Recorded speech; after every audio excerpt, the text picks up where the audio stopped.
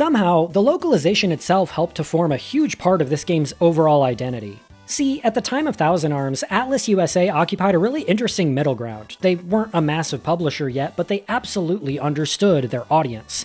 Their games were niche titles, and so Atlus went out of their way to cater to a fanatical niche audience. One major way they did this was by making sure those fans felt like they were getting their money's worth. I'm talking massive instruction manuals, developer interviews, art books, lenticular cards, soundtrack CDs, and sometimes even a behind-the-scenes VHS. And learning from their earlier missteps with the original Persona localization, Atlus USA now didn't feel the need to scrub away the game's identity. If anything, Thousand Arms was positioned as proudly and even aggressively Japanese. When there was early talk of cutting the game's 2 vocal tracks for the Western release, fans online pushed back hard, and Atlus actually listened. Both songs stayed in.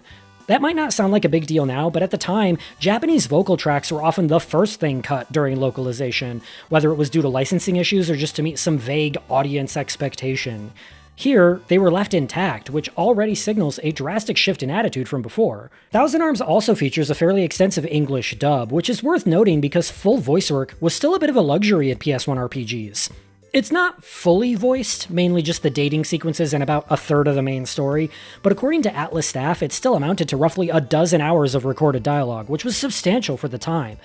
Audio quality can be inconsistent, and it's hard to tell whether to blame this on their recording setup or just as part of the CD compression process. As for the performances themselves, the voice acting is thoroughly okay. Not terrible, but nothing special. But back then, I suppose not terrible was still an accomplishment when it came to video game voice acting. As far as I can tell, the cast is made up of mostly unknowns, likely actors with a history dubbing anime from around that point in time. The only name I recognized was Amanda Wynn Lee. She voiced the most overrated character in Evangelion. The only real standout performances for me were the Emperor, with his booming voice and over-the-top scenery chewing, Find he who is worthy, and bring him to me.